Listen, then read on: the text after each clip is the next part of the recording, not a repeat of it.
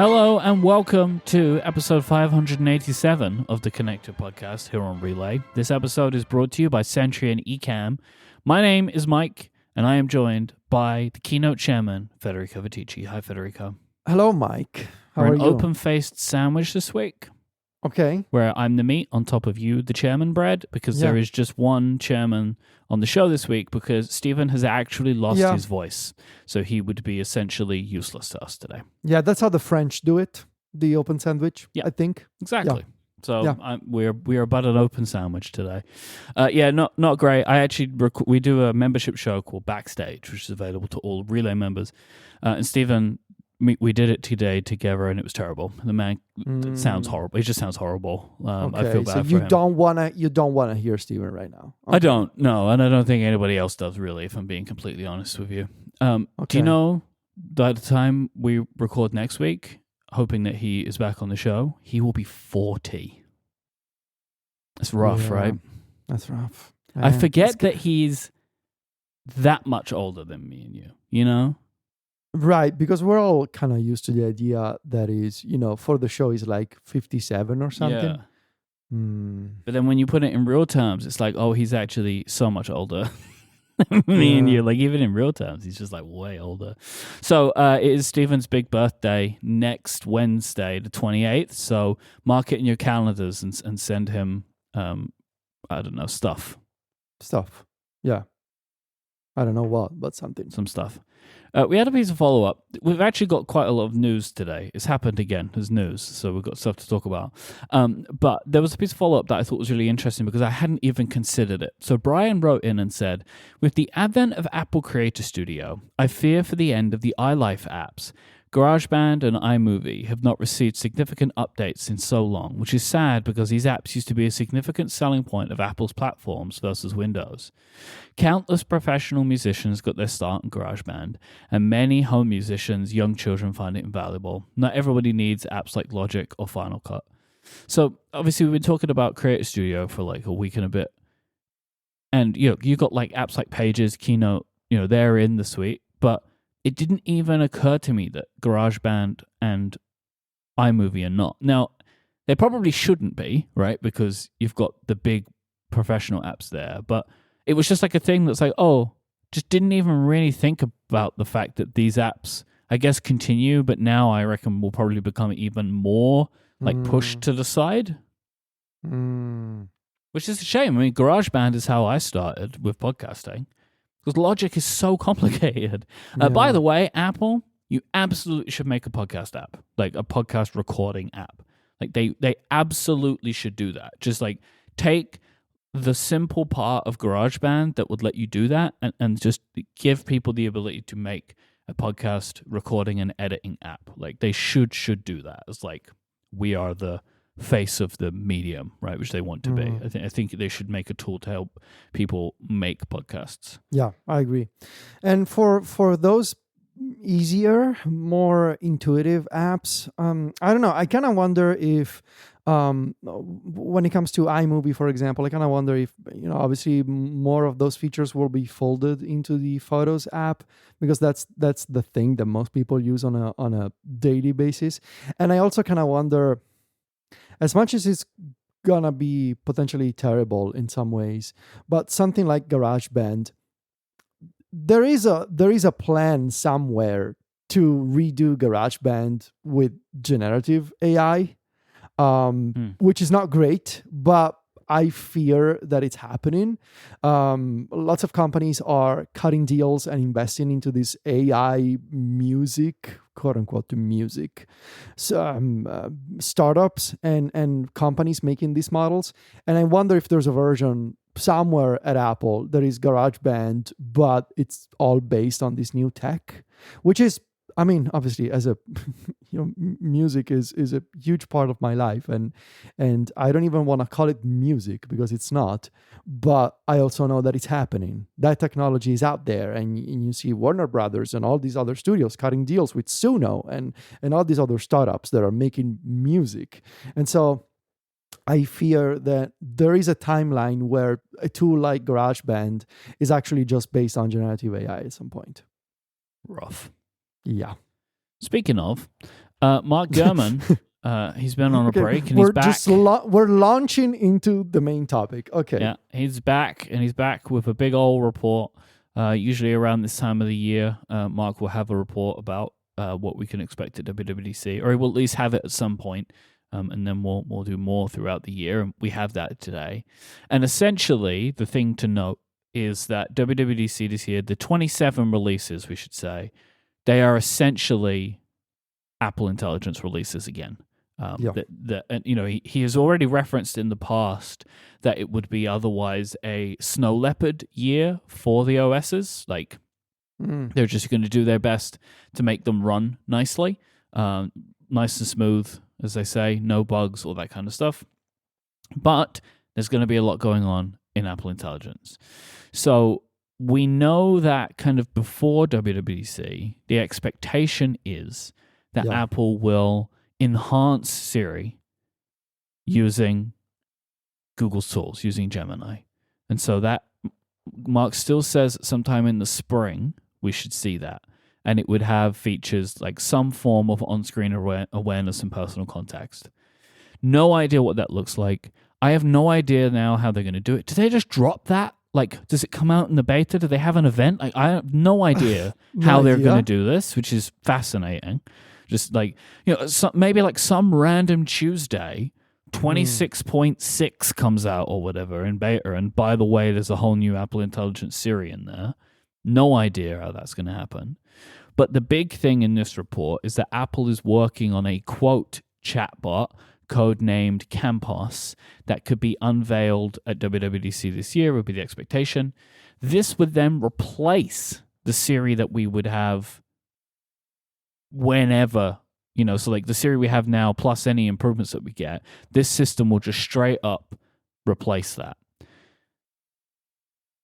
It also is referenced in this article that to do this, Apple may need a model powerful enough that Google's going to have to run it themselves for them, which is fascinating. The system that is being referred to will be integrated with Apple's apps. It can analyze and control and open windows. It could be interested on the Mac. You can ask it to do things. It could do things for you.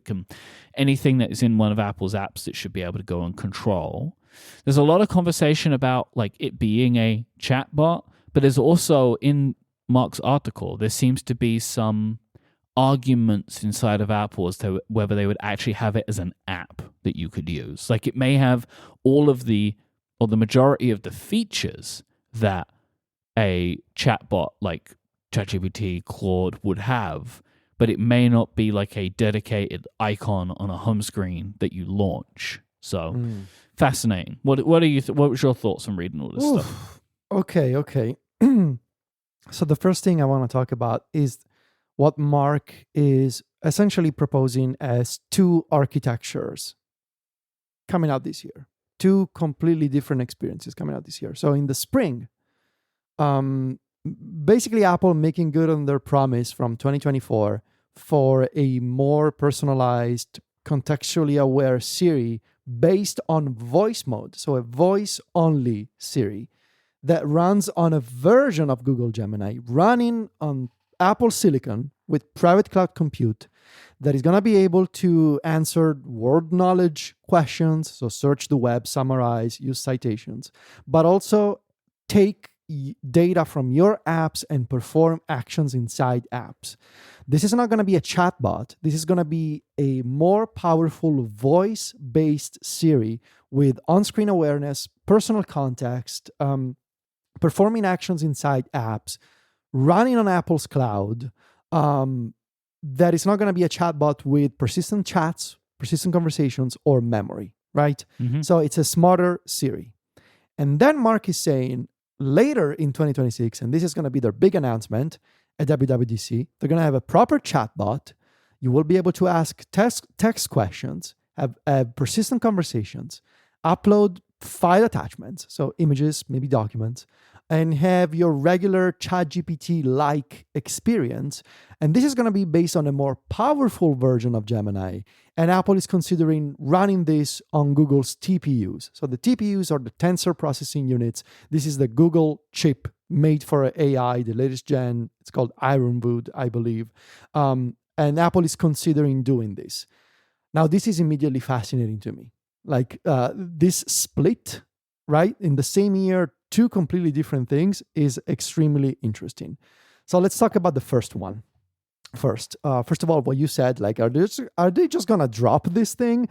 They will make a big deal out of this. I'm not sure from a PR perspective, how can you, because they're gonna be in this really odd predicament where like they want to sell people on this great new thing while also acknowledging that it took them 2 years to deliver on that thing and they needed to get some extra help from their friends at Google to make it happen. Interesting. I think they will find a way to make a big PR push, but there also needs to be a developer push, because I guarantee there's going to be a developer story that is going to be slightly different from what we saw at WWDC 2024. How much of a fuss do you want to make about something that you're then going to do all over again like 2 months later? Well, 2 months later, you're going to do the chatbot. You're not going to do the voice. 2 months later, you're going to say, and We've made it even better. We're making it even better. Right. People are loving the new Siri. People are having millions of conversations with the new Siri. And now we're going to give you an app. Like they know how to spin this, I think. You think they will do an app? Because it seems to be very much like backwards and forwards on whether they're going to do that or not. I mean, at this point, yes. I think they actually have to. I don't know.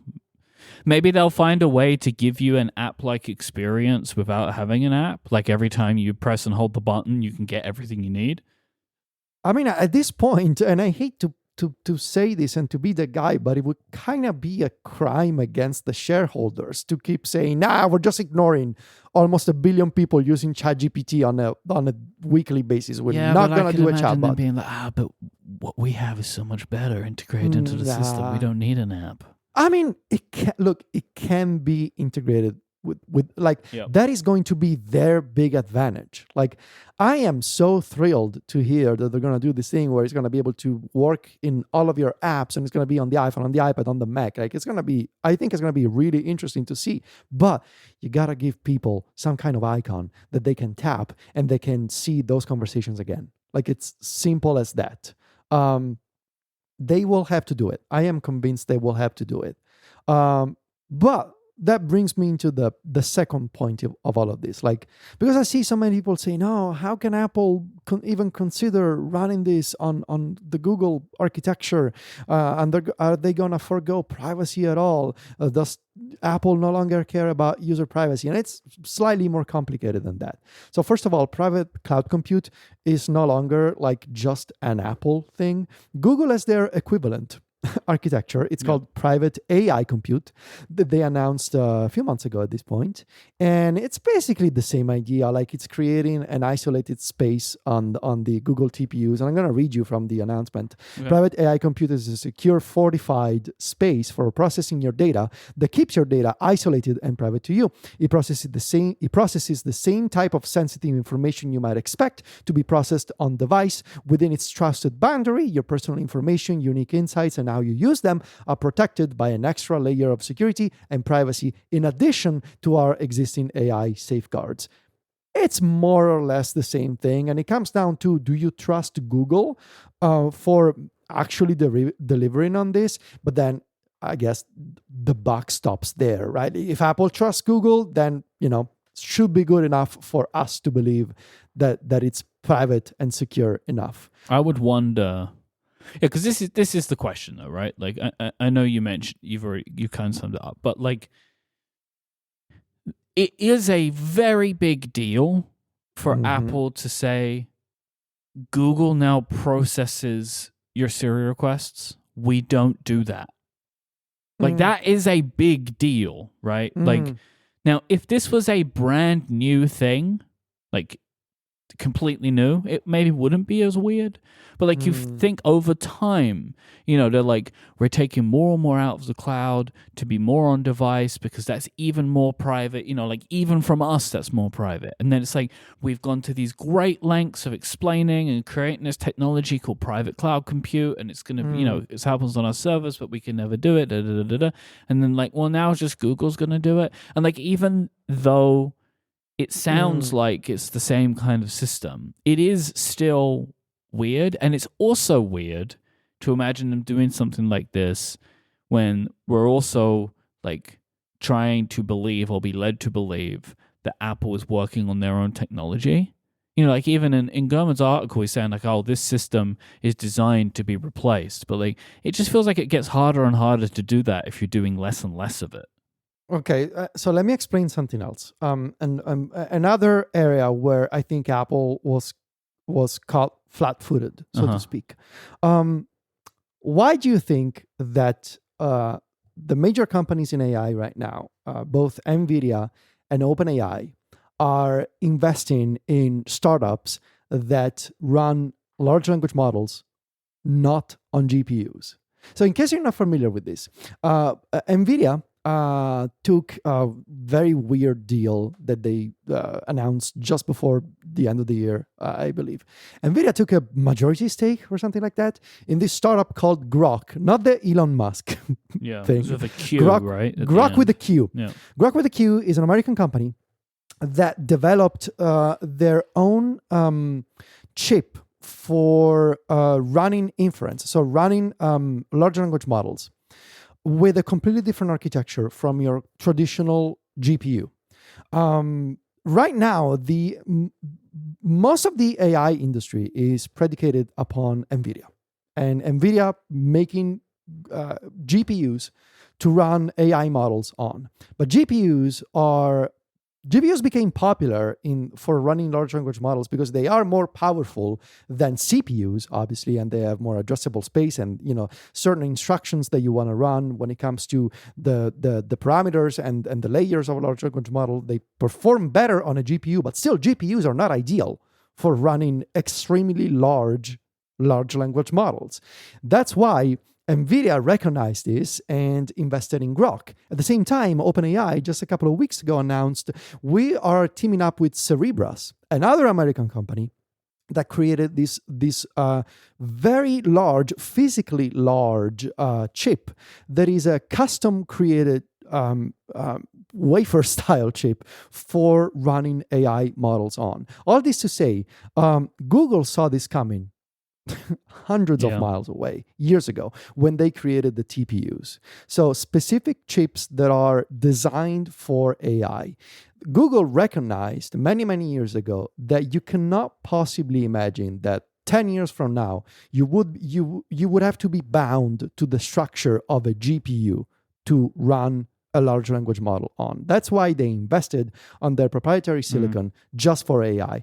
Now, NVIDIA, which is, NVIDIA has everything to lose at this point, right? And they're also saying, well, we're going to take a majority stake in Grok because they know that the GPU architecture has probably hit a threshold when it comes to running AI, and OpenAI is also doing the same. Meanwhile, it's funny, really, if you don't mind me, just a quick interjection on this. Like, I remember the time, as I'm sure you do, when processing moved from CPU to GPU because it was more efficient and more powerful at doing certain tasks. And now it's shifting back again. It's very funny. It's like a very strange thing to happen. Yeah. And look, I'm obviously not an AI engineer or a silicon engineer, so I am. We only know at the surface at most. Yes. But meanwhile, here's Apple saying, "No, we don't do chatbots. Those are going to be a fad. Nobody's going to care. We're just going to do some AI on our M2 chips on private cloud compute." And look what happened, right? They were not able to deliver on that. They are 2 years late to their voice-only assistant features that they announced 2 years ago. And now they're realizing that they need to do a chatbot because people like using them because they've made plenty of progress in the span of 2 years. And they're realizing, there's potentially we're not going to be able to run this chatbot with this version of Gemini 3. potentially not going to run on Apple Silicon because we don't have the infrastructure. And so I think this move from the GPU to a dedicated hardware for specifically designed specifically designed for the to very much to simplify for the 3 stages of AI, which is training, inference, which means when it runs, and even arguably you can consider the post-training stuff that comes before you ship an LLM to consumers. That's not gonna run. That's just not gonna run on Apple Silicon, on a bunch of M2 chips running on Mac Studios. That's why Apple has not been able, most likely, to train a large language model with like hundreds of billions of parameters, or let alone at least incredibly inefficient. Right. I mean, you would have to fill how many warehouses with Mac Studios? Very, very, very inefficient. Because you have so much stuff you don't need. Yep. And so I think this is something that they should actually consider, and obviously Google comes out once again as the winner in this scenario because they have the model, they have the hardware, and I mean, from their perspective, they also have the ecosystem, but in this case, we're talking about Apple. I also wonder if there's a couple of other things that I want to call out. So Mark, in the article, mentions this modular architecture. And I'm going to quote, Apple is designing Campos so that its underlying models can be swapped out over time. That means the company will have the flexibility to move away from Google-powered systems in the future if it so chooses. Apple has also tested the chatbot with Chinese AI models, signaling plans to eventually deploy the feature in that country where Apple Intelligence isn't yet available. Remember the rumors that Apple was interested in acquiring Perplexity? Guess what Perplexity does? They provide a thin layer with essentially a modular system where the experience is still the same, but you're swapping out models on the fly depending on what you want to do, and it seems like Apple is actually considering the same thing. And at that point, you can appease the Chinese government, saying, "Yeah, we're gonna let you use, I don't know, DeepSeek or Minimax or whatever it is that they like." Baidu, right? Baidu is, yes, they can do that. Yeah. There's no joke, 6 or 7 Chinese models that are state of the art right now. And you can use the European ones. You can go to the EU and say, look, we're gonna cut a deal with Mistral, and we're gonna have Mistral in Apple Intelligence. Gosh, that's gonna be terrible. No offense to the French, but that's not a good model. But and in the US, they can say, we're integrating all of the American state of the art models. Yeah. So fascinating, and also potentially, by the way, something that Apple can monetize over time.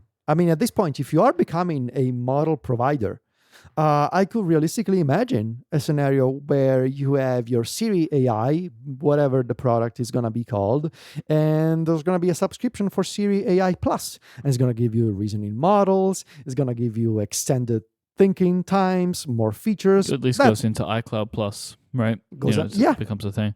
I was thinking about this today, right? I think the private cloud compute thing is solvable, right? They could tell Google how they want it to work. Yes. Right? Yeah. And because I was, not everything in iCloud is stored on Apple servers. Mm-hmm. Right? They use Microsoft and Amazon, I think, right? They use Azure and AWS to serve some of their files. I don't know exactly how it breaks down.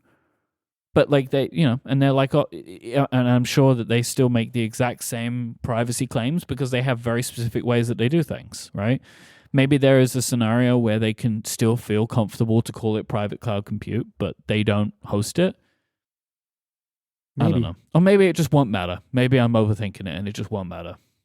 The other interesting point is that I could also imagine a scenario in which this 2-phase rollout is actually based on 2 different Gemini models. Based off what we're going right now, we have Gemini 3 Flash and Gemini 3 Pro. 3 Pro is the smarter, slower but more capable model. Gemini 3 Flash, based on the same Gemini 3 family of models, but more efficient, doesn't think as long. All of the Gemini 3 models are reasoning models. That's something that Google is doing behind the scenes. But Gemini 3 Flash is faster and more efficient. Gemini 3 Pro is more of a powerhouse. I could see a scenario in which the voice mode is based on Gemini 3 Flash, because when you're talking to Siri, you want speed. Quick. It needs to be quick. It needs to be efficient. You don't want to wait around too long. No. But when you're chatting with it, then you have more leeway, so to speak, to wait a little bit longer. Or and if also you're asking for it to do things for you as well, right? You can give it a bit of time. And also, you would assume that when you're doing a text-based interaction, right, with a chatbot, statistically, I would say those text interactions, they tend to be more complex by nature than a voice command. Usually when you're doing a voice command, it's a quick sentence or a quick thing. You know, you're not issuing a 30-minute instruction to an LLM via voice, right? But when you're typing, then maybe you're crafting a longer message. Maybe you're attaching a couple of documents. Maybe you're attaching a few links for the LLM to check out. And in that case, maybe you want the power of Gemini 3 Pro. And maybe Apple is having these conversations with Google right now, and Google told them, look, okay, we can use Gemini 3 Pro, but we cannot make that run on Apple Silicon. It's just not gonna happen. So if you want to have Gemini 3 Pro level of intelligence in a chatbot, it needs to be on our cloud. It needs to be on TPUs, because we just don't. Or maybe Google just said we don't want to do it. We don't want to put Gemini 3 Pro on Apple Silicon. We don't want to. Because it's a bit of an effort, as you can imagine, for Google. So I don't know, but I wouldn't be shocked to see this kind of scenario where voice mode means efficiency, intelligence still, but speed and more efficient, and chatbot interaction means a little bit slower, but more intelligent and more capable. It's wild, man. I know. Even the fact that we're having this conversation now, I know. where, and I want to see, right, all those people now. Where are those people from last year saying, "Nah, Apple is never gonna do it. You're so mistaken. This is a fad. It's going away. You will see. Apple will come out on top once again because they are not doing a chatbot." And now they're partnering with Google. Yeah, of all companies. Like that is the thing that is just so wild to me. Like, I think it is the logical best move, right? I think it's a move that we've been asking for them to do. Lots of people have, right? Where it's like you clearly institutionally have struggled to get this together, and maybe it's a long time before you can do it, if at all. There is no reason why you shouldn't partner with someone, right? Like there is a lot of logic to that, and I'm sure we've had conversations on this show and other places similar. But them actually doing it still feels weird, because like there's a lot of things that we say, Apple, please just do this, and they don't. But this is one where they're actually doing it, and it is in a way one of the weirder things for me of like just giving. It's not giving up, but it's not that, you know. Yeah, it's being pragmatic. They're making a smart move. This is the right move. But it's fascinatingly strange. You know what's even... I mean, I obviously think that Apple is behind in all of this. Yeah. But you know what I think is really smart here? Is that there's a really potential funny scenario on the horizon where you get a much more integrated Gemini-based experience on Apple platforms than you do on Android. Because Apple has Android phones, you know? Exactly. Because like Gemini 3 is capable of calling external tools and external integrations, but the ecosystem that like the Gemini app experience is absolutely terrible right now. They don't expose integrations with third-party connectors, save for maybe literally two of them. Right now, I think WhatsApp and Spotify, they don't have an ecosystem of integrations. And Apple has the potential to come in and say, well, we're taking this model from Google, we're opening it up to the vibrant ecosystem of developers on Apple platforms, and it would be so funny if you get a much more integrated Gemini with your operating system on multiple platforms, from the desktop to, I don't know, a phone, right? That works with your apps, works with your Windows, works with the file system. And meanwhile, on Android, you get none of that, but you still have Gemini 3. That would be funny. This episode is brought to you by Sentry. I know as a user of apps, we love apps on the show. Federico loves apps more than most. And app experiences being smooth and bug-free, that is what we want as users. And I know it's what developers want to be able to provide their users. The problem is, bugs will always occur. How you deal with them is the important thing. Being able to get to this stuff quickly, handle what's needed, and ship the updates that are required, that's what you want. The smoother, easier, faster you can do that, it's better for everyone. Logs are messy. Trying to grep through them and line them up for traces and dashboards just to understand one issue, that ain't the move. Sentry, Sentry, has logs, but they've made them usable. Sentry's logs are trace connected and structured, so you can follow the request flow and filter by whatever matters.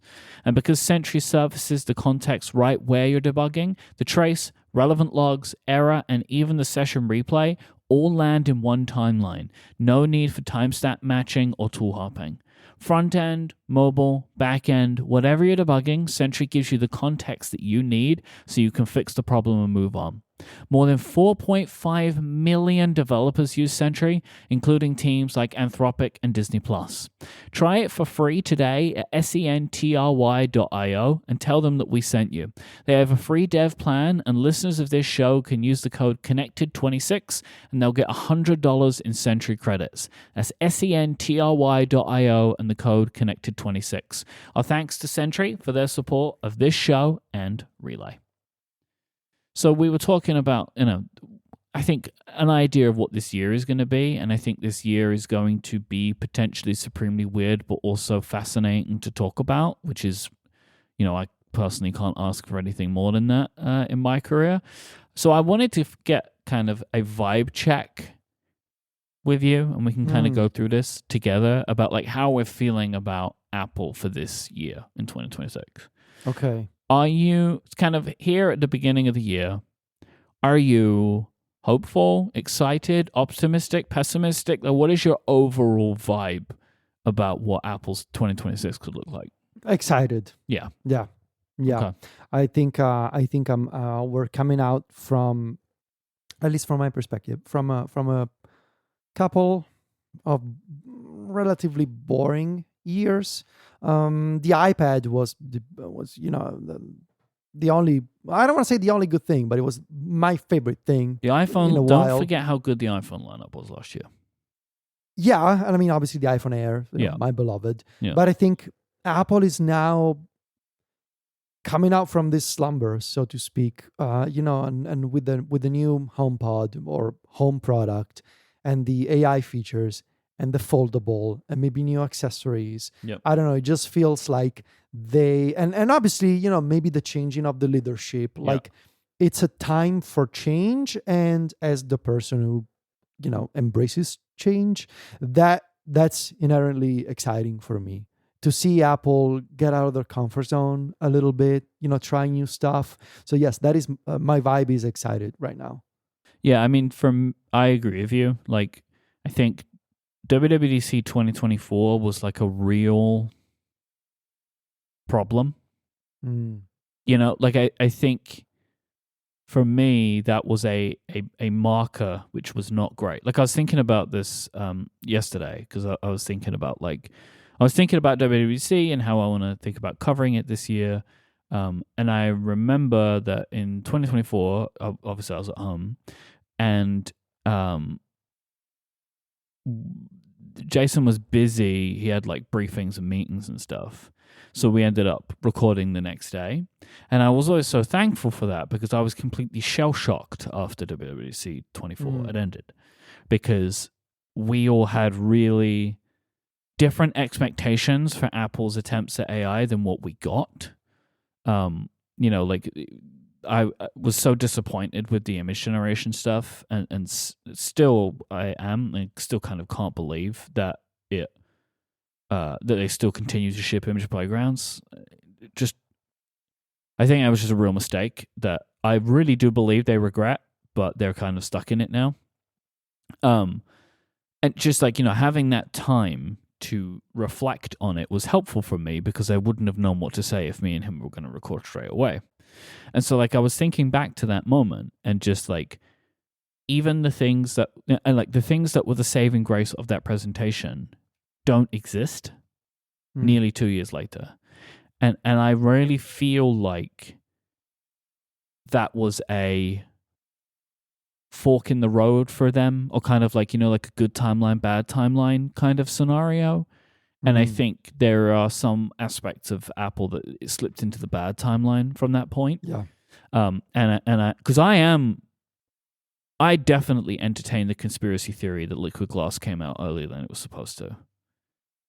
Like, I believe that they were working on a redesign and had been working on it for a while, but I can absolutely understand a scenario where they were like, oh boy, we should do that this year. Like, I can see that. I don't know if it happened, but I can imagine a scenario very easily where that got moved up a little bit, because then that was like a whole thing, that like just dealing with this past year. So like these last 2 years on the software side, from like the WWDC presentation, it's just not been a good time, right? Yeah. Like it's just been an overall bad time. And I am very hopeful for WWDC 26 that we get things to be tidied up in general across the operating system, and for them to have a cohesive, sensible, thought through, and useful AI strategy. Yes.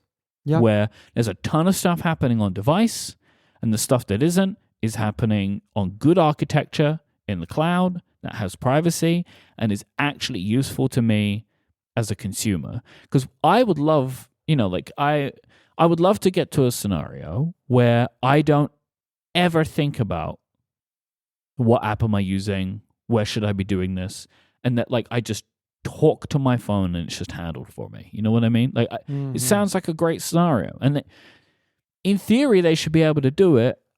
I still have some like a lot of question marks. You reference developers. I don't know how developers are going to take to any of this, because I just think in general they all hate Apple. And so but maybe if it's good enough, like maybe if the features are good enough for developers, like there is a scenario where they may want to jump on board and do some stuff with it. Like I've actually been, I would say, heartened to see how many indie developers are using even the current version of the on-device models to do interesting things in their apps. And maybe if this technology is good enough, it could incentivize more of them to jump on board and integrate, and that could be really interesting. But even outside of that, like, you mentioned a bunch of things, but the iPhone lineup, again, could be super strong again this year, which would be amazing, right? If we get like a weird folding phone and some really good, like all the rumors are pointing towards a semi redesign for the Pro phone with in display Face ID. That's just like I don't even know if it's something I want, but it will be interesting. And then maybe we get a bunch of laptops this year, right? The cheap MacBook. I'm very hopeful that we get the OLED touchscreen MacBook Pro this year. I know, man.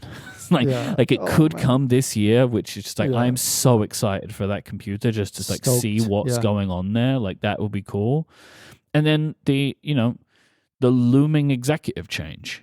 Like so I am both hopeful and excited for 2026. I think in a way that maybe I didn't feel at the beginning of 2025. So I am optimistic for it. I think we could be in for an interesting year, as well as a year that has lots of good products from a software and hardware perspective. I agree, and I think the tide will shift when it comes also to the developer narrative around Apple, because what I think is happening now, I'm obviously a very online person, and and I spend time maybe more than I should on all the social media platforms. Something that I think is very unfortunate is that a lot of people are still using X, and they literally hundreds of people that are interesting people never stopped posting on X. They never even considered other platforms. But what I think is so fascinating is that, so set aside for a second the many, many, many political problems with X. Just take a look at the people posting there, right? So those people are not moving. They're not embracing Mastodon. They're not embracing Blue Sky. But as a result of that, I think in the Apple community, we have become, many of us, very insular in terms of the takes and the opinions that we read about Apple. If you just spend time on Mastodon, you would think that Apple is absolutely doomed, that they're doing illegal things, that they are a corrupted company. And I'm not saying, by the way, that Apple, has not done questionable and some despicable things. They're this doing year. all the things. They're doing. But what I'm trying to say is that due to the fragmentation of the social media landscape, a lot of people with a job similar to ours, to me and you right now, that only look for opinions in a certain social media space, that's colored their opinion to think that Apple is done, no more indie developers for them, there's no longer a developer ecosystem, everybody hates Apple. And I'm telling you that it's not like that. I think that we are now in this moment in time where, and I think I also see this with the Mac Stories audience. This is something that I talked about with John in private a few days ago. I think we are shedding a lot of the previous pundits, developers, influencers, whatever you want to call them. But there is a new generation. Yeah. There is a new generation of builders, of commentators, of creators on YouTube and TikTok and Instagram.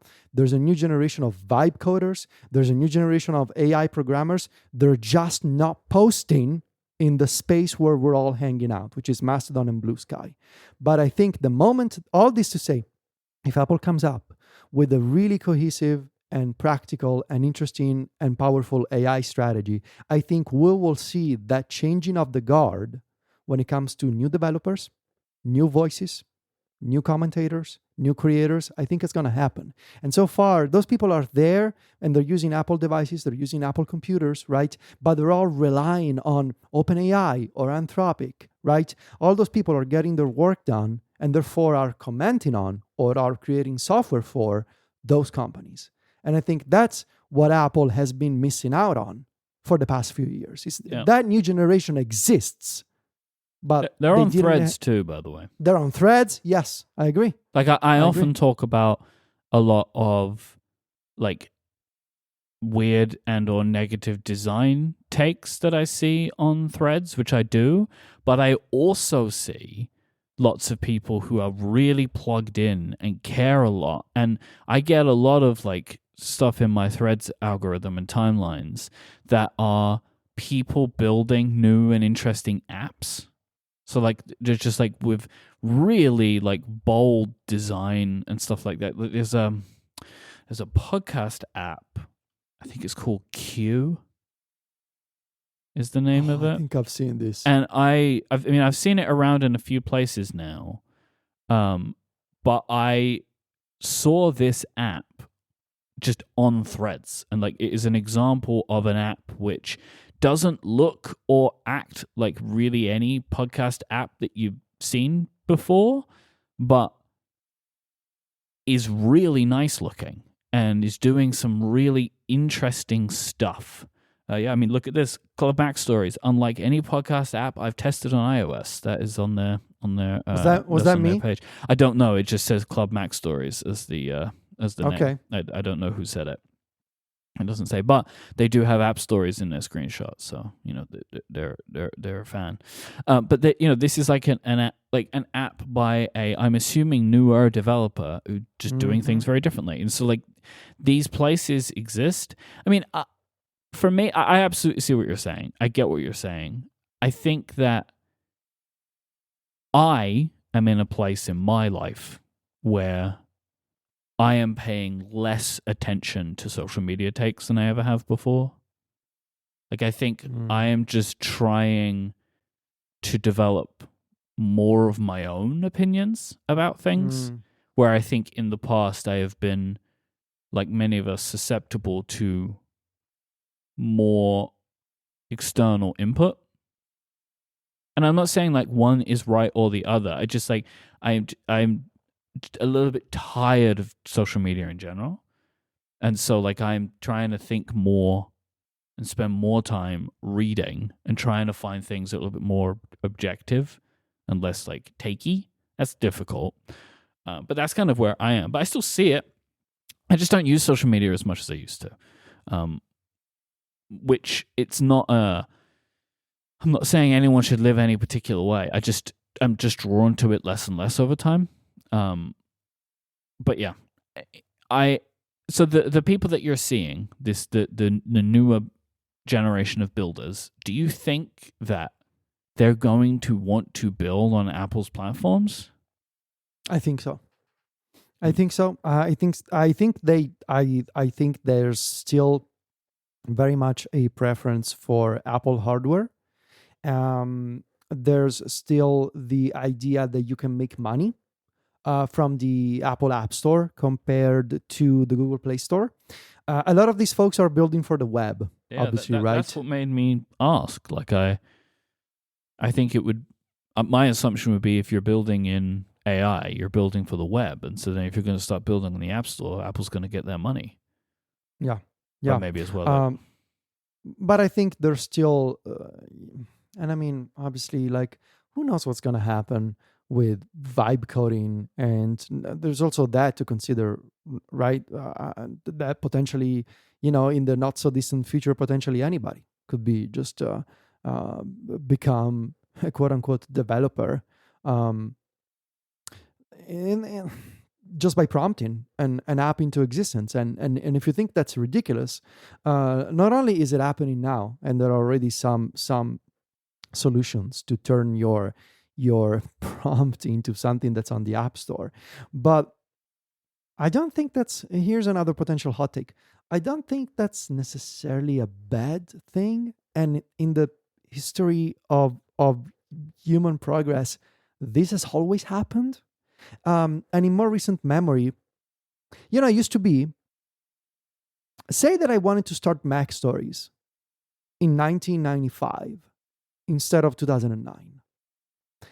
I would have had to know HTML or the basics of... Or just in the early 2000s. It was just so much harder. Right. I would have had to know how to manage a server, log into the server, do server admin stuff. But no, when I started in 2009, I just signed up for a thing on the web. It installed WordPress for me, and I just started blogging away like that. And so to the eyes of some people back then, like, was that most of them were saying, oh, that's not a real blog. A real blog is something that you install, that you manage, that you know how to manage the database. And I guess what I'm trying to say is that over the course of time, we have always abstracted technology away from creators in a way that has allowed more creators and different types of creators to exist. We've always democratized technology and the act of creation, and I think that's coming for mobile software. And so, who knows what the developer ecosystem will look like 2 years from now? Yeah. And I'm being conservative, I think. Yeah, I've been spending some time thinking about this too recently, and I think that I'm, and I know that there might be a lot of people, including you, that may be like, haha, poor naive Mike, he doesn't know. But like, I see what people are doing with these tools, and it is fascinating. People can just build apps, but I struggle to imagine us in a world where this is what everybody does, right? Like, I think it would be a nerdy thing that people do, but I struggle to imagine the vast majority of users, or even a majority of users, just being like, I'll ask the AI to make me an app,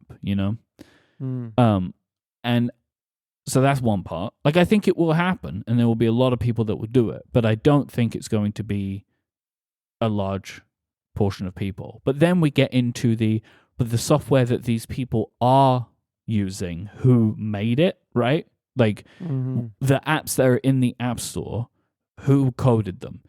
And I am coming around to developers with these tools. Like, Yeah. I struggle to imagine a world where, at the moment, where just say me, person who does not know development, can start shipping apps just because I used Claude Code. Like, I know you have been doing this stuff, but you have a grasp of development more than the majority, I would say, of people interested in technology. Like, I know you are not like a developer, but you have built knowledge, right, to understand. I'm technical enough. Yeah, and you are technical in that way, which I'm not. Like, no, I get it. I'm an advanced user. I am not a developer. But I will tell you that even 2 years ago, this conversation would have been impossible. Yeah. And now we're saying, you can do it, but like, it's accelerating. But I think of it more of like what Photoshop does for design, or like what computers have done for all jobs, right? Where it's like, it's not like we don't have accountants anymore, right? Yeah. But accountants can be much more productive than they were before, because now they have, instead of trying to do everything by hand on paper, they use Excel. And there are other skills that accountants can learn to more round out their role to be more useful to their customers. And like, I think we may start moving more towards that, where it's like the role of a developer. Let's just focus on indie developers, right? The role of an indie developer is, can you create a good idea that you can craft with the LLM to make a good product, as opposed to, can you write every line of code? Yeah. But I don't know. Maybe I'm being too optimistic. But that's where it's more like, I think about other roles and jobs that computers have morphed. And I think we may just be moving more towards that. I don't know. I think I saw somebody say this a while back, that all of these new technologies are both raising the floor for a lot of people, but also drastically raising the ceiling still for the really highly skilled individuals. Yeah. So that anybody can get started and produce something at the base level, but also they're giving the experienced folks much higher level tasks to be able to perform. Like, right? They're not sponsored this episode, but I just want Squarespace, right? Yeah. Squarespace lets me build a website. Yeah. I still have people build me websites because I need things that are more complicated than what I can do on Squarespace. So it's like, I use both of these things. Now, maybe there are less web developers now than there used to be. Maybe. Or maybe like website builders. But I don't know if that's the case. And I also know there are people who have whole careers building Squarespace websites. Like, that's what they do, because people still want help to build it and customize it, but then like the tools in the back end because it's easy for them to publish and make any changes. But they want someone to just do the other part for them, so they'll just do that, right? So like, there are these tools that they clearly change the status quo, but it doesn't remove the job. It adapts the job. I don't know. Wow, we went It just went into a place. What were we talking about? Oh, yes, the vibes. Yeah, the vibes of 2026. But I actually think that fits in pretty nicely because I think something's going to happen this year when it comes to coding, but I'm not. Cause it really feels like the moment, like today in January 2026, lots of people are getting very excited about Claude, and I can absolutely see a world where Anthropic they move more towards that than anything else. Yeah. Look, I think right now a lot of us are maybe upset, maybe excited. There's a spectrum of feelings about AI and what's happening. I feel all of those things. And I think something that we can all agree upon is I think we're all confused right now. We're all just, no matter where you look, even the most positive person about AI and the most negative person about AI, we're all just confused because we don't know what's happening. Yeah. And these things are changing so quickly. So we can all agree upon the fact that we are confused right now because it's happening. Everything is changing from under our feet so quickly, and it's creating new possibilities, and it's displacing people, displacing jobs, but also creating new ones. And also, potentially. Lots of people are lying as well, which adds to the confusion. There's a lot of lies, right? Yes, yeah. Which doesn't help. A lot of hype, a lot of snake oil. Yeah. Yes, yep. We're all confused, man. We're all confused. The truth. Yeah. This episode is brought to you by Ecamm. If you're a Mac user who creates videos or podcasts, you need Ecamm because the Ecamm Live is the all-in-one studio built exclusively for the Mac. It looks, feels, and performs like all good native pro apps should. Whether you're live streaming, recording a podcast, or producing training videos, Ecamm gives you broadcast-level control with drag-and-drop simplicity. You can switch cameras, share your screen, cue overlays, and control audio, all without ever leaving your Mac. With Ecamm, you can brand your show with titles, graphics, and lower thirds. You can also pull in guests via interview mode or record multi-track audio for perfect post-production. If you're into automation, Ecamm works beautifully with tools and apps like Stream Deck and Loopback, as well as many Mac tools you already know and love. That, for me, is one of the absolute key things about why Ecamm is great, because it is an actual native Pro Mac app, so you can integrate with other software and services that you're using on your Mac, as well as feeling at home. It is so powerful and it feels great. You don't feel like you're using a piece of open source software that's been weirdly skinned. Like you feel like you're using something of people who know how to make great Mac apps. You can upgrade to Pro and unlock Ecamm for Zoom that lets you feed your polished setup straight into Zoom meetings or webinars. You can share Zoom comments directly on screen and even capture each participant's audio and video separately for easy post-production work. Jason Snell on Upgrade, he's spoken a bunch of times about using this for recording podcasts and Dungeons & Dragons stuff that they do for video versions and also getting good audio out of it. Don't wait any longer. Go and check it out now. To get 15% off, go to ecamm.com/connected. That's ecamm.com/connected and use the code connected15. That's 15% off at ecamm.com/connected with the code connected15. A thanks to Ecamm for their support of this show and all of Relay. You wrote one of the classic big Federico articles like a couple of days ago, where it's not a review, but it's like you got a bunch of stuff to say about something that you're using. Yes. And it is essentially a piece of open source software that I assume you install on your Mac that then allows you to talk to it from, you're using Telegram. This is called Clawdbot. And then it essentially executes AI scripts and stuff like that on your Mac to do things. Yes. It's open source, made by Peter Steinberger. Folks who've been listening to Connected in the Apple community, you may remember Peter from their previous life at this point. Used to be the founder of PS PDF Kit, makers of PDF Viewer. Yep. Later, the company was acquired, I believe. I think they're also just called Kit now. Just Kit? Okay, interesting. I think. Anyway, so here's the idea. It's like a do-it-yourself personal assistant powered by AI. That's the short Oh version. no, Nutrient. I don't know why they would be called that. I got them mixed up with another company. Interesting. Okay. I don't know, man. Okay, sure. So the idea is that you can talk to an assistant powered by an LLM. You get to choose which model provider you want to use.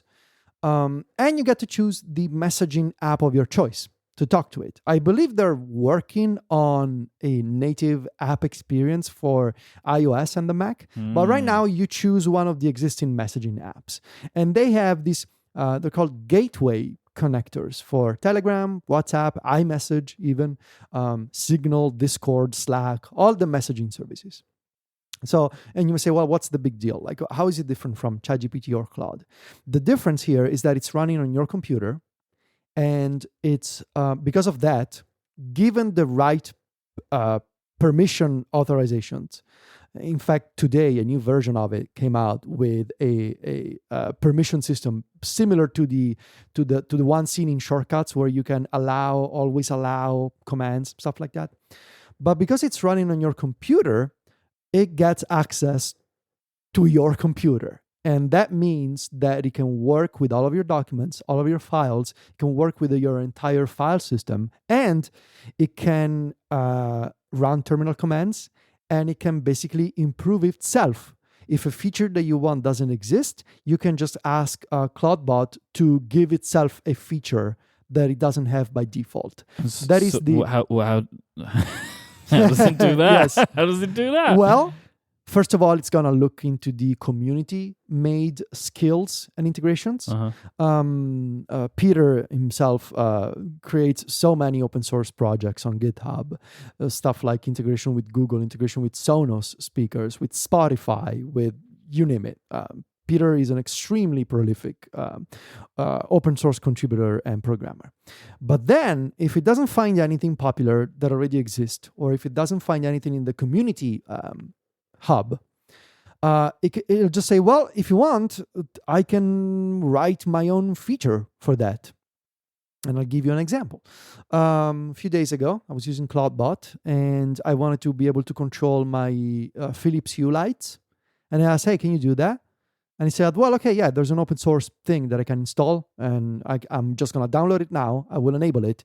And all I'm going to ask you, he literally said this, like, I'm going to ask you to, Clawdbot has a bit of a funny personality. That's part of the system prompt that Peter gave it. It said, I want you to get off your couch and go press the button on your Philips Hue bridge. And when you do that, I will enable the integration. And I was like, wait, am I really talking to an AI that says these things? And I did. I pressed the button, and 2 seconds later, it started controlling my lights. Do you not ever get scared? Yes. Okay. Absolutely. Yes. It's like you just all your lights are just red, and you can never turn them off. But then the same day, I was like, okay, that's interesting. I wonder how far I can push it. So I want to... I've been using Claude Code, obviously, a bunch. And I've also been using Codex, which is the Claude Code by OpenAI, essentially. Same terminal thing, but made by OpenAI. And turns out that those two services, they're not apps, but they save their conversations, the conversation that you have with them locally on your file system. The problem is that they save a complete log of their conversation in JSON documents. Those are unreadable. Like if you open them up and you preview them with Quick Look or something, it's just a wall of text. Thousands and thousands of plain text characters. And so I was like, okay, I wonder if I can build a little app for me that gives me a nice messaging-like UI to let me read my previous sessions. And so I talked to Clawdbot and was like, hey, I know that this open source thing exists for parsing those logs. Can you take that and modify it for me so that it's got a liquid glass design and it supports Codex in addition to Claude Code and has some features that the open source thing doesn't have? Like, can you use that as a starting point and then modify it for me? I was like, sure, let me take a look. And so that's the benefit of having this thing run on your computer. It downloads things from the web, takes a look at the code, comes back to you and says, yeah, I think I can use it as a starting point. And then if you give me access to your file system, I'm going to go look into those sessions, see what the file format is like. And I said, yes. And so it went there and it looked, and basically 10 minutes later, and I'm staring at it right now in Google Chrome, it built a web app that is basically like a fancy little JavaScript based web page that runs on my local network and has 2 tabs for Claude and Codex, and lets me open one and I can take a look at the entire conversation. My messages are blue, the assistant messages are purple, and I see the entire flow of the conversation presented as if it was, I don't know, like a Slack thread, much more readable UI. I see every single bit of code, every single tool call in a UI that makes sense. This thing didn't exist, and then it did. And for example, I can take a look at this conversation, and then I said, oh, this is great, but these conversations are too long. Can you create an integration with Google Gemini so that I can summarize an entire session with Cloud Code using Google Gemini as the summarizer? And it was like, yeah, sure, do this. Go in the macOS keychain and save securely your Google Gemini API key. And once you did that, come back to me and said that you did it, and I will start using Gemini. 5 minutes later, it built a Gemini integration so that it can take a look at a session and summarize it for me. And then I was like, this is nice, but I kind of wonder if you can create a table of contents for it so that I can jump to a specific point of the conversation. Like all this back and forth. Basically created the thing I wanted in 30 minutes, right, on my computer. And I can give you, I can have, but I won't, because otherwise it's going to be a long monologue. I have built, 10, 15 different integrations of this kind, things that didn't exist, and that Clawdbot coded itself and gave to itself, which is obviously not something that you can do with ChatGPT or Claude. Sure, now you have skills and integrations, but it's limited, right? Because it's not like you can go to Claude.ai right now and say, Claude, I want you to give yourself a dark theme and to speak to me with a thick British accent. Claude will say, well, that's a nice idea, but I can only do things that my developers at Anthropic give me. And this is a different type of experience with Clawdbot. It's similar in that you can use the popular models, ChatGPT, GPT, Claude, Gemini. You can run it with local AI. If you have a powerful enough computer, you can run the entire thing locally with no cloud provider. But because it has access to your computer and your data, it's scary, obviously. There's tons of permission dialogues, tons of permission settings.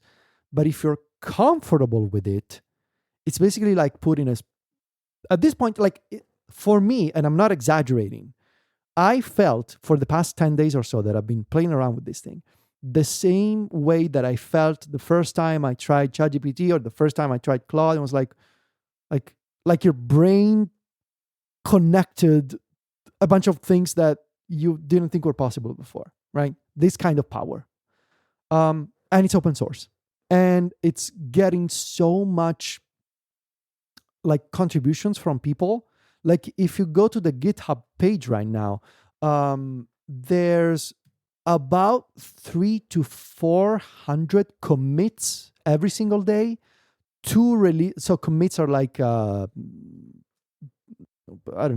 new features. Think of it as new features, or fixes. And then they all get packaged up in a release, right? So they're getting hundreds of commits every single day, packaged up in 2-3 releases on the same day. I don't think Peter is sleeping anymore at this point. This thing is getting really popular, really fast, and rightfully so, I think. It's eye-opening, really, and scary at the same time. And yeah. Anything else you want to know? What are you actually doing with it? How is it useful to you? So I basically don't go to ChatGPT or Claude by default anymore. Okay. First of all. So you're anything you would ask a chatbot, you're just now opening Signal and talking to your assistant. I treat it like my ever patient, never gets bored with me, never gets upset at me, personal assistant that can do anything for me. So just to confirm it, right? So when you send a message in Signal, Yeah, in Telegram. Telegram, sorry, on the other side, it's going to my computer. Claude?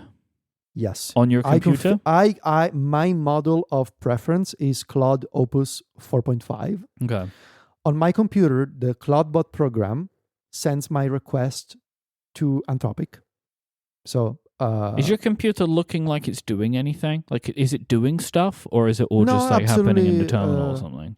it's all happening in a background terminal, so you Okay. don't even see it. Don't even see it. You can Right. you can run it in the foreground Yep. if you want, but by default it's a background terminal. You don't see anything. So, like, you could be sitting in front of your Mac and Yes. sending these messages, and like, Yes. you just wouldn't know anything's going on. You wouldn't know anything. You Okay. wouldn't know absolutely anything. And the other part that I think is important is that there are many similarities between this and the. Do you remember the Obsidian moment from the pandemic? Oh, There's obviously the historical episode of Cortex Yeah, I when live Gray it. discovered Obsidian. yes. There are many similarities between that moment and this moment. Yeah, I thought it was fascinating. Like, I actually did recall that kind of feeling when I was reading your article, and it said like it stores a lot of stuff just in Markdown. Like, a lot of your memory stuff is just stored in text Markdown folders. And I didn't want to make the same mistake that I made 6 years ago. Gosh, 6 years ago. I wanted to get in early on this. Yeah. I didn't want to do what I did with Obsidian because I think I have a pretty good sense at this point to spot these things. I was like, I need to get on this right now. But there are many similarities in that. Well, I don't think Obsidian is open source, but it's open in the sense that it's living in your file system, and it's like Obsidian. Clawdbot stores all of its preferences and settings in Markdown documents. Yeah. Your memories are daily notes in Markdown. Everything is based on folders. You can go in there. The skill architecture is basically the plugin architecture of Obsidian. So anybody can make a skill. Anybody can make a plugin. And there are many. I think it's appealing to the same kinds of people that saw Obsidian in 2020 and realized, oh, this is a big deal, and those people are taking a look at Clawdbot now, and are feeling the same feelings. You've already got your quote on the website, on the Clawdbot website. I noticed. Yeah. Yes, Clawdbot really showed me grateful. what the future of personal AI assistants looks like. I mean, this also does feel like, I know you say. No, not that you say. I know it is open source, but this feels like it's being productized now. Like, I hope so. Yeah. And I think the bigger point when I say the future of personal assistance looks like, obviously, I don't think that the future of personal assistance means that you gotta get your hands dirty with the terminal and download a thing from GitHub. yeah, because I don't and want to do that, right? Like, No, but the point that I make in the story is the idea that a personal assistant should be able to do anything you want. Yeah. And should be able to give itself a capability that it doesn't have by default, just by virtue of explaining to your assistant what you want to get done and how. That, I think, from my perspective, is the big deal. And then everything is just icing on the cake. The fact that it's open source, that it's based on Markdown files, that's nice. Yep. But the underlying idea of these models are so powerful, the GPT 5.2, Opus 4.5, Gemini 3, arguably, but there's still so many limitations, right? And I think it's interesting that that OpenAI especially has recognized this.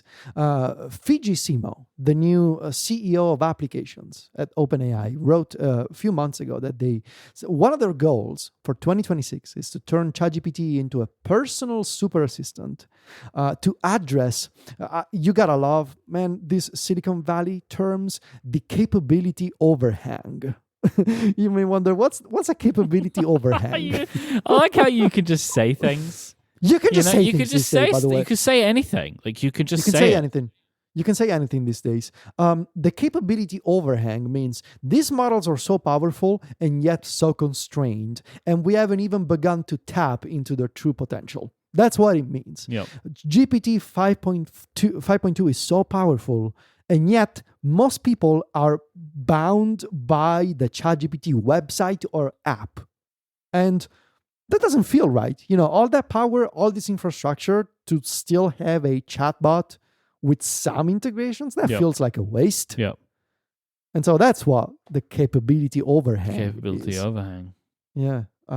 Do you have a capability overhang, Myke? I think I do. Honestly. We all do. My capability overhang is when looking at tools like this, where it's like Okay, look, it's not for you. Okay, yeah. Not right now. It's not right now. That's the capability overhang. The capability is there, but I don't want to do the management that I know a system like this requires. Oh yeah.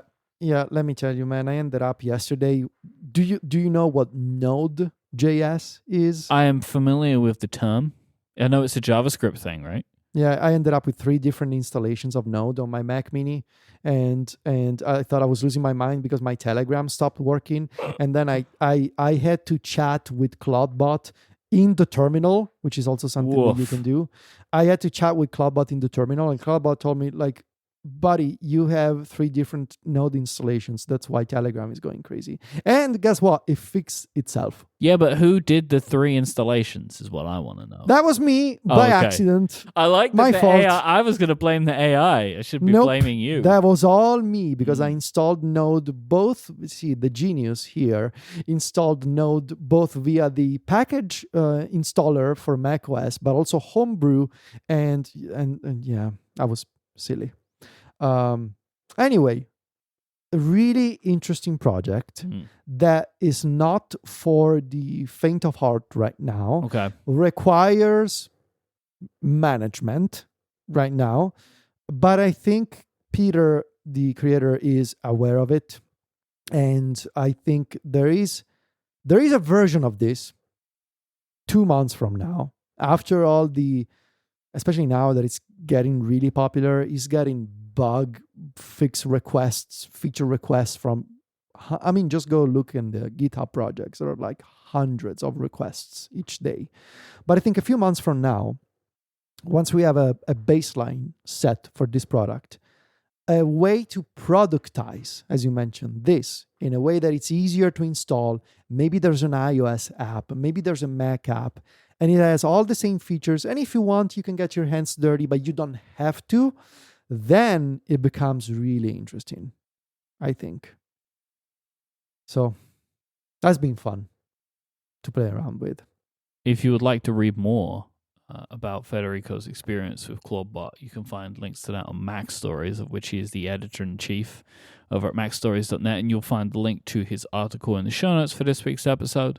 If you would like to leave feedback, follow-up, questions, go to connectedfeedback.com and you can send those in. And you can also support this show by becoming a member. Go to getconnectedpro.co and you can sign up and you get longer ad-free versions of the show each and every week. If you want to find Federico as well as at macstories.net, you can also listen to his podcast of App Stories. You can listen to NPC, one of my favorite podcasts. Thank you. Am I missing any other podcasts that you're on? Well, it's just the 3 Unwind. Of course. Yes. Obviously. Yes. To me, it's all App Stories. I know. Like it's just usually I'll listen to both shows one after another. So really, it's just all the same show. I also have a theory that you record them at the same time anyway, but maybe sometimes we do, sometimes we don't. I like when I believe that John just cuts in you saying goodbye, John, from another episode. Sometimes I think that happens on App Stories, but I have no way of proving it. Not as frequently anymore. Not as frequently. Aha! Okay, so I know it does happen. I'll keep my ear out for it. You can hear me on many shows here at Relay. You can check out my work at Cortex Brand and theenthusiast.net. Don't forget to go and hound Stephen and wish him a happy birthday on the 28th. And hopefully his voice will have recovered and he'll be back next week. Scary, right? The thought of having vocal problems doing what we do. Not great. Yeah. Not a great thought. No. So let's all wish that he recovers quickly and comes back to the show. Thanks so much to our sponsors for this week's episode, the fine folk over at Century and Ecamm. But most of all, thank you for listening. We'll be back next time. Until then, say goodbye, Federico. Arrivederci. Cheerio.